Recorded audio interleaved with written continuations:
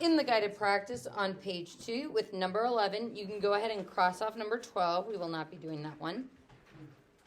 And on number 11, when we go to identify what operation we have, we find that there is no operation. It is just an equation. Now, if it's addition, subtraction, or an equation, we always start by finding the LCD. So we look at the 10.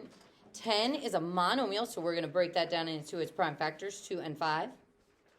And we look at 2. 2 is already a prime factor, so the greatest amount of 2's we have in one term is 1. The greatest amount of 5's we have in one term is 1. So our LCD is 10. And that's what we're going to use as our dynamite. Now, the extra step that we have for solving is we need to consider any restrictions that we have.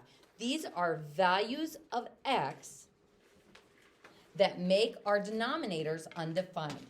Now, if I look at my current two denominators, can I divide by 10? Yeah, that's legal. Can I divide by 2? Yep, that's legal as well. Can I have 3 on the top of this fraction?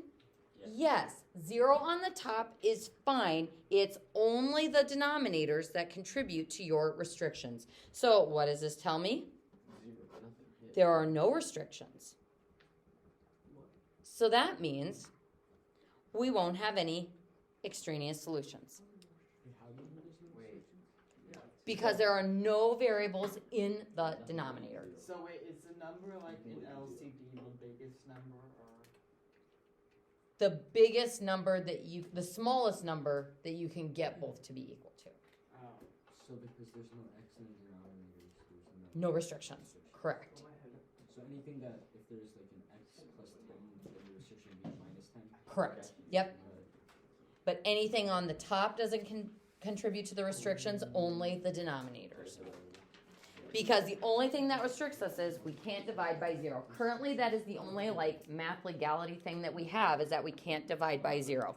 Now later, once we start doing square roots, it's like, well, we don't really want to divide by a negative because that's going to give me I. And when we start doing logs, we don't want to have any negatives or zeros inside the log. So restrictions, we're going to see again and again, but in different mathematical ways. So let's go ahead and lay down our dynamite in front of each of these fractions. So 10 times 4x over 10, or you can use the shortcut if you want. And then 10 times the other fraction. Make sure you trap that x minus 3 in parentheses, since it's a binomial. So looking in our first box, well, it's going to cancel the 10s, leaving us with 4x. Take out a 2 from both the 10 and the 2 in the second box, and we get a 5. So 5 times x minus 3. What do we do now? Distribute. 5x minus 15. 4x. Now, from here, you can either try to keep your coefficient positive, or you can try to do the least amount of work possible. Doesn't matter what you want to do. Moving the 5x over is a little less work because my constant's already on the right side, but it's up to you what you want to do. You just need to isolate your x on one side and your constant on the other side. Now, if I get negative x equals negative 15, what is my final step in solving for x? Dividing by negative 1. So x equals positive 15, and before I put a box around it, I check it against my restrictions, and oh yeah, there aren't any restrictions, so we are good to go with 15 as our answer. So folks, this is what we did yesterday with the solving. So addition, subtraction, and solving all require finding the LCD first.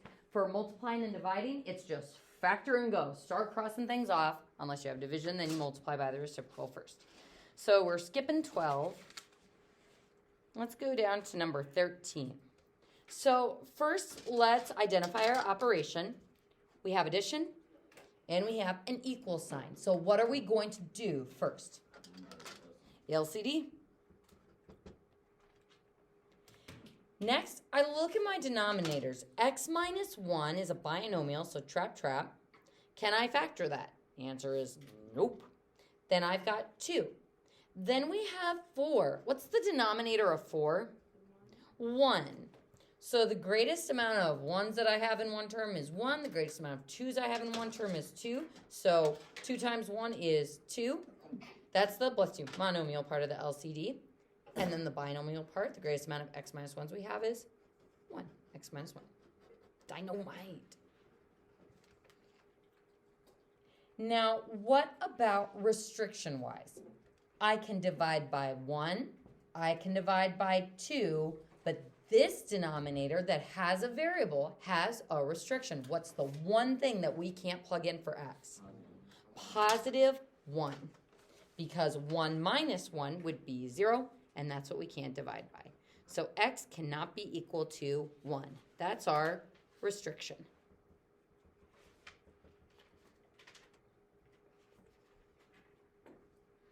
So now, either using the shortcut or laying down your dynamite, 2 times x minus 1 times 5 over x minus 1 plus 2 times x minus 1